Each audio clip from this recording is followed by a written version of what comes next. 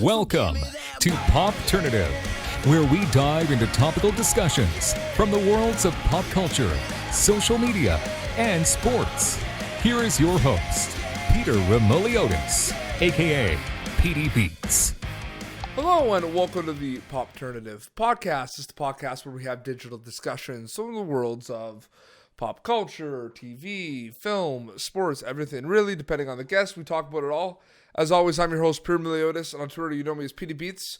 And I'm excited because we are going to be talking. We're going to be talking food, and we're going to be talking, some Marvel. We're going to be talking a bunch of stuff because we are speaking to an American chef, and he, is on many Food Network shows such as Guy's Grocery Games. He also has a show with Marvel, Eat the Universe, I believe.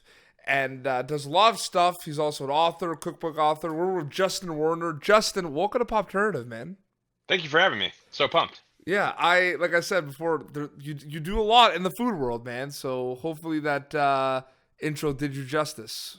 Totally, absolutely. I mean, listen, I don't need to list off the accolades. I know who I am. You know? Absolutely. When I have a lot of people on my show, I call them kind of storytellers, but with food, I'm going to call you kind of like a creator because you're creating things, right? That's charitable. Thank you. Yeah, when did you kind of decide that you wanted to be kind of a creator in the food world? Oh man, that's a big question and kind of a long answer, but I'll try and be brief. I guess the main idea is that I didn't grow up really knowing how to cook. I was always really into food. I've always really liked food. I've worked as a waiter for a very long time. And then I realized that if I wanted to, I could cook to solve problems. And so what is the problem? Well, maybe I'm tired of buying butter. Wait a minute, I can make my own butter and it will taste different than butter bought at the store. If I go to the farmer's market and buy, farmer's market heavy cream, and then I churn that into butter, will it taste different? Will it taste better? Question mark, question mark, question mark. And so I guess that's the main thing is that it must have been about 7 or 8 years ago, something like that, 8 or 9 years ago. I don't know. I don't really keep track of time. But sooner or later, I just realized that I could answer questions with food. I could explore things with food. And I could make food be a dialogue that I don't necessarily think a lot of people think of food as. I think they think of it as food should do something for them. I think that people think that food should taste good. I think they think food should bring people together, but I don't think they think of food as necessarily being a story or a dialogue or an answer to a question or an answer to a problem. Absolutely. So with what you said about food being a dialogue and, the storytelling aspect of things, is that kind of safe to say, is that kind of one of the reasons why you think a lot of those kind of baking shows are kind of popular now? Because when they're baking a cake, they're not just baking a cake, right? They're kind of tasked with kind of telling a story as well. Yeah, I had kind of like an epiphany a while ago. I still make food every day. I probably still have flour on me from making a sourdough earlier today. I've gotten really into fermentation lately. That's a whole other story. But I had this epiphany when I was on the set of Grocery Games a while ago, and I was like, you know what? I'm going to stop making food and start making TV. And then I realized that, wow, I already kind of knew how to make food, but I didn't necessarily know how to make those two things super meshed together. And so, now I'm known for high flying dishes, outlandish dishes, things that are out of the ordinary. That's become what I was known for. And so, that's an example of making TV, making things that are entertainment and furthering that dialogue. I could get on every show and I could work on making the best mac and cheese that anyone has ever seen. But what's the dialogue there? Okay, well, it's better than the last mac and cheese you saw. Or maybe it isn't. There's not much dialogue there. But when I make some working man's dish that I found in Japan that I had to point at to a menu and I couldn't understand what it was. And then finally figured out that the guy was actually speaking English. Now all of a sudden, we're learning a whole bunch about a different culture, about my experience with that culture, my own, prejudices and vulnerabilities that oh, the guy was just saying the word stamina. The food is called stamina don. And I was like, stamina. I'm like, what's stamina? Oh, stamina. And it's designed for workers to have more stamina, that's huge. Yeah. It's gigantic. It's a lot more than the best mac and cheese. Absolutely. We'll get to Food Network specifically, but we talked about your relationship with food because Your shirt is pretty awesome. Bunch of hamburgers, cheeseburgers. But we're also going to talk about another cool relationship you have, and you see it on your hat, your relationship with Marvel. Can you tell us a little bit about how you kind of got involved with that stuff a little bit, Justin? Yeah, so when I won Food Network Star, which was season 8 some time ago, one of the people that was working at Food Network was married to a guy who was working at Marvel, and I think they were both watching the show, and we're like, pretty sure he's a nerd. And they called me up and said, "Hey, do you want to come by and do a podcast?" I said, "Sure, of course." So we talked about all the things that I knew and loved growing up, and I got an update on where the Marvel universe was at that time, and of course I had seen the movies and whatnot. And so I just kind of casually mentioned to the host, it was like, "Hey, like if you ever want somebody to make Marvel food, let me know." And so then they would like have a little idea, and then they're like, "Oh, cool, that little idea worked. Like you made this little thing," and then another idea was a little bigger, another idea which was like, let's just turn this into a full-fledged show. And so like 50 plus episodes later, like Yeah, because there's a still a lot. show. It's how many years have you been officially doing that show for? I don't, like I said, man, I don't really keep track, but like maybe 2.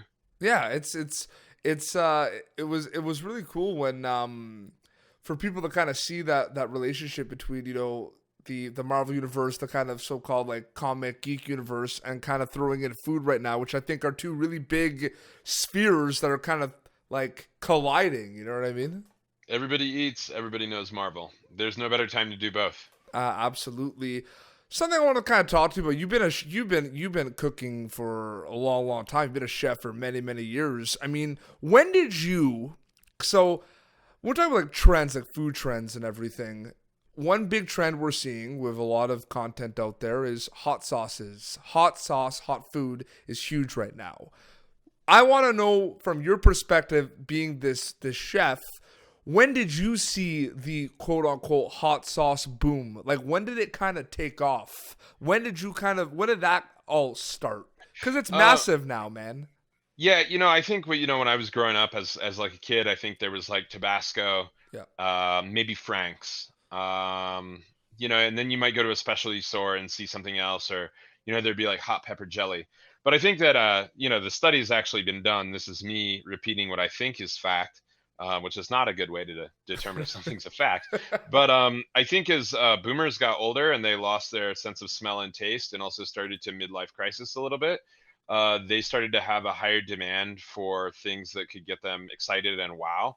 And hot sauce is very like low risk investment. Think about it. How much is a bottle of hot sauce? $4, $5, $6, $8? Who cares? It's like cheaper than buying a new bottle of gin, or cheaper than plenty of other alternatives that are going to expand your horizons. Unless they've been featured on Hot Ones. Right. In which case, yeah, of course. The last dab is $40. Oh, really? Yes. I didn't know that. I mean, it's probably worth it, but delicious. At the same time, unbelievable sauce. Like it has the flavors and it's just really, really hot. But it's great. But yeah, they're very expensive. Yeah, so I think then we kind of started to come of age, as food consumers. I don't really think a whole lot of people. I mean, I think they're at least in the minority of people who are like gourmands before the age of 18. I think you really got to kind of get out on your own and stop like eating home food to really start to like understand and communicate with the food consumer within yourself. When you start seeking out food as opposed to having it handed to you night after night, you're just taking things for granted. That's when, and then we had all of those hot sauces on the market.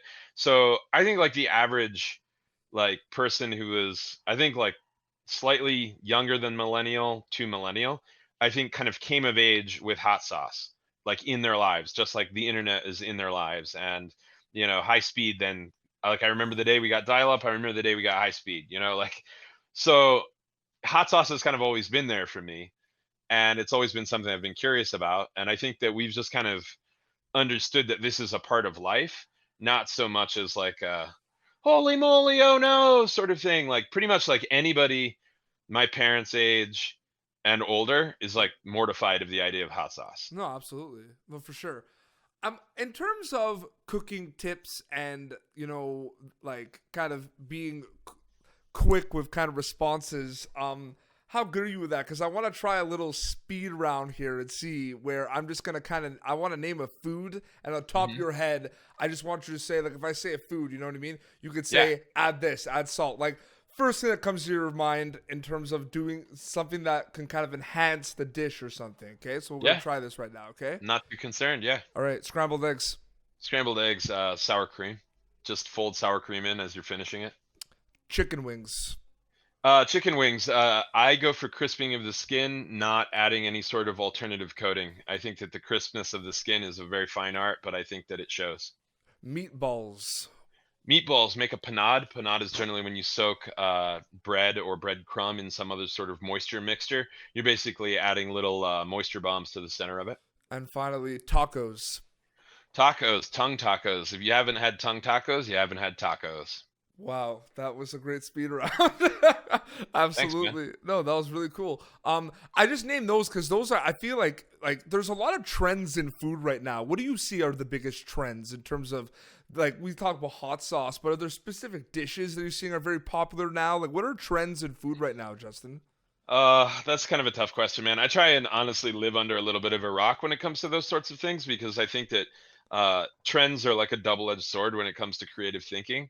If you look at a trend and say, "Oh, I'd like to try that," well, then you're probably contributing to the trend and you're doing what a lot of other people are doing. And I've never really found that that is a successful route for me. I've also I've participated in trends inadvertently. Sometimes trends are great. Mhm. Um, you know, Can I rephrase the question then? What do you yeah. like to cook these days? What do I like to cook? Well, lately I've been fermenting things. I just moved to South Dakota where it's pretty cold, and it's by no means boring if you know how to entertain yourself. But to me, checking and smelling the controlled putrefaction of of things is what I'm up to. So that's what I like, and I actually do think that that is a little bit of a trend, and that's part of the reason I got curious about it. Is like if you go to health stores or even any like Whole Foods or whatever, you'll see in the like energy drink section, you'll see these things, gut shots and probiotics. And I believe that these things are actually very healthy for us. And I don't think that a lot of people find them in their natural diets. I just got tired of paying $6 for a vial this big of sauerkraut water. Like I can Yeah. make sauerkraut water. You want to know the recipe? Wait, that's it. Okay, so like now I have like I'm not kidding you, like a giant jug this big of kimchi brine that's probiotic and active, and I just sit there and chug that every single morning, and like I don't know, I'm No, feeling pretty absolutely, good. absolutely. I mean, no, like I get what you're saying about the trends and everything, the double-edged sword. I agree with you. It's just like I just find, like for example, like cheese, right? Cheese is always big, but I remember for some reason 2-3 years ago, cheese was huge, like wine and cheese and everything. Like I just saw that kind of thing, right? And now Yeah, with hot ones and all this stuff, I just feel like it's all hot sauces, and it just seems like we're kind of moving towards every 2-3 years there's some kind of whether it's a condiment or whether it's like a dish, right? There's something that kind of becomes more like relevant than other things, you know what I mean? yeah. Like I said, man, I try and ignore it. No, no, no, And I'm sorry 100%. if that's not an answer you're looking for, but like truly, like those sorts of things, like they just drive me a little batty. You gave us some cooking tips. The speed round, it was awesome. You mentioned Food Network Star. You were on that. You won Thank you. that. For Yeah. people that kind of want to maybe one day be on Food Network, what is kind of like some advice that you have for them, if anything? It's pretty simple, man. And I know this sounds crazy, but you just got to be yourself. And I think that a lot of people have a tremendous amount of trouble doing that, especially when they get a camera on them. It is in our nature to be entertainers and performers.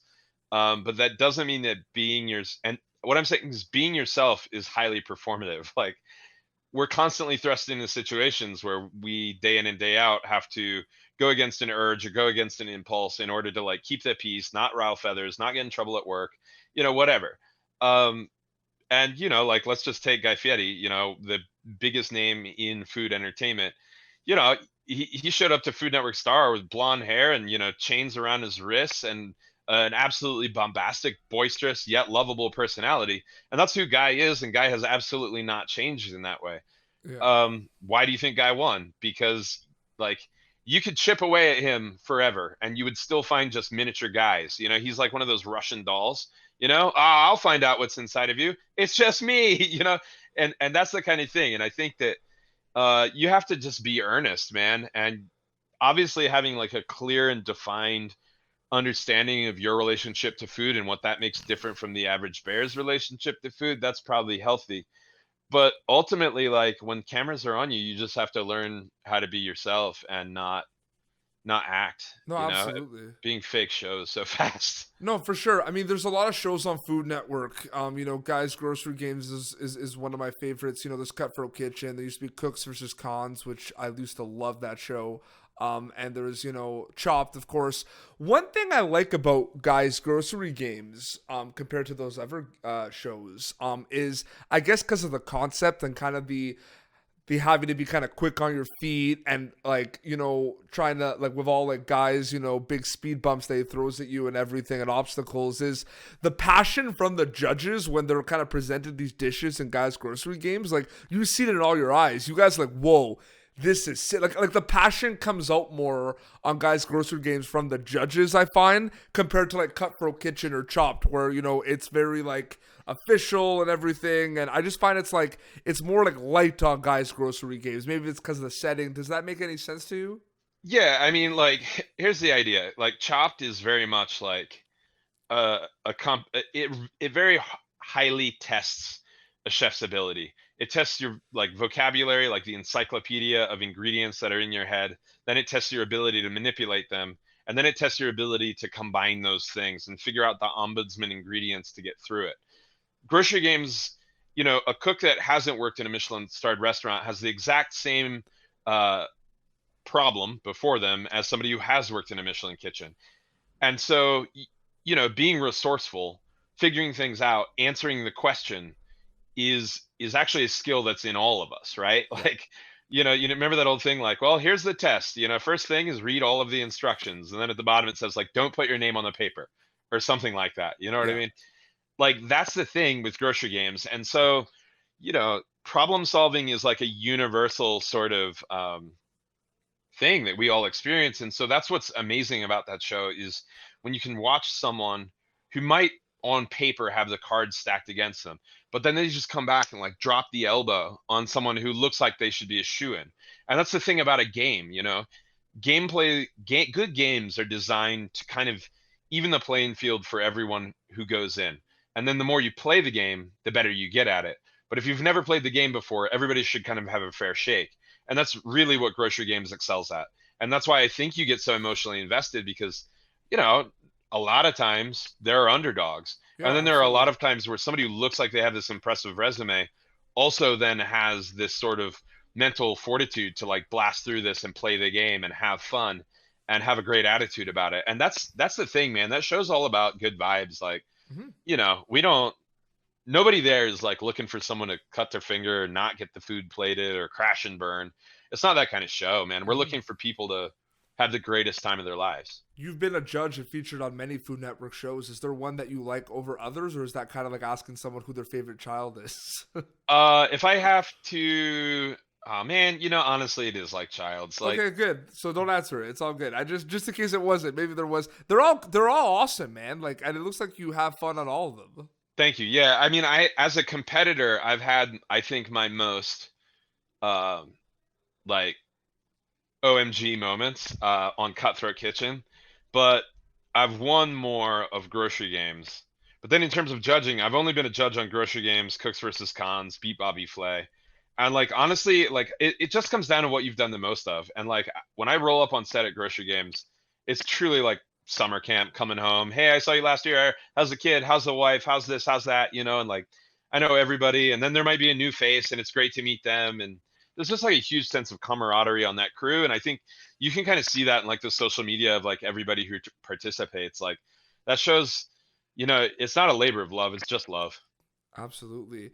So before we wrap up too, you mentioned Guy Fieri a little bit too. Guy's kind of known for his show Diners, Drives, and Dives, and he's done a lot of other things as well. Is there like we know about his specialty. He loves making like cooking up comfort food, and he loves a lot of that. But is there something that you can share with us that we might not know in terms of? Is there something that he's really good at making? Or something that's interesting about Guy Fieri that you kind of like learned on Guy's Grocery Games that people might not know about? Well, here's the first thing, and I'm not trying to be a jerk, but the name is pronounced Fieri, and so if you pronounce that hard D, you will immediately make much quicker friends with Guy. So about Guy Fieri, the idea is, I think he's known for like the Monster Burger, those trash can nachos and like giant bombastic stuff. But Guy is really good at vegetables, man. Honestly, like I've seen him cook stuff that I'm just like, yeah, that's so good. We hang out all the time, like cook at his house, no cameras on, we're just chilling. He's really good at that. He's incredibly good at just like grilled steak. Like he's got this thing, man, because his grill is, Fieri size, it's Flavor Yeah. Town National Grill, right? Yeah. And so like he's got this thing, it's like a hook, it's on a long arm. And so he'll like when he's flipping steaks, man, he's got this hook and he flips them and boom. And he'll sit there with like two hooks and just like pow, pow, pow, pow, pow, pow, pow, and it like looks like you're gonna have to like call the fire department because he's just like smashing these things with heat. And then these steaks come out like they look like they've been done sous vide. And I'll just never forget watching him man a grill and bang out these T-bones and just, I mean, he absolutely walloped it. Like, it's the kind of thing where like, I can't believe me, from Podunk Town in Maryland. Love my hometown, Maryland, but it is small. Well, From a small town in Maryland, I can't believe like I'm here at Guy Fieri's ranch watching him just absolutely just with skill, with perfection, annihilate these steaks, and they were so perfect. Like, that's awesome, man. Well, no, that's kind of why I kind of just wanted to know about that and like the whole speed round thing, because I remember watching a video of like Gordon Ramsay making scrambled eggs in a pot, and I've never made scrambled eggs in every way ever again. Like, yeah, he puts them in a pot and you take them off and on the burner, and it's like the best thing ever. Yeah, that stuff comes from perfection and not being scared to do something different. Like I'm in awe of those people. Like I haven't invented something new in a long time. It's difficult, especially in the world of food, right? Because you're governed by physics and you're governed by what is edible. Those are two really annoying things to have to contend with. What do we do? Next, like this edible light bulb. Like I have no idea. Like edible mouse pad, edible phone. Like what am I gonna do? No, absolutely. Well, Justin, thank you so much for coming on Popternative. I know we've been doing this for a while. I know I pestered you a few times, and I know you've been busy. You were writing a book for a while too, but we made it happen. Thank you so much, man. It's true, man. I appreciate your time. Thanks for having me. No problem. Where can people kind of follow you on social media and keep up to what you've been doing? I am Eat Fellow Humans across the board. So you can find me on Instagram, Twitter, Facebook, PlayStation Network. Yeah, I think that's it. That's awesome, man. No, seriously, thank you so much for coming on the show. Appreciate that. Well, this has been Popternative, youtube.com/Popternative for previous episodes. And until next time, this is Justin Warner and PD Beats signing off. Thank you for tuning in to Popternative. Make sure to check out our past episodes of Popternative on YouTube. Be sure to like Popternative on Facebook and follow us on Twitter. This has been an Autograph Communications production.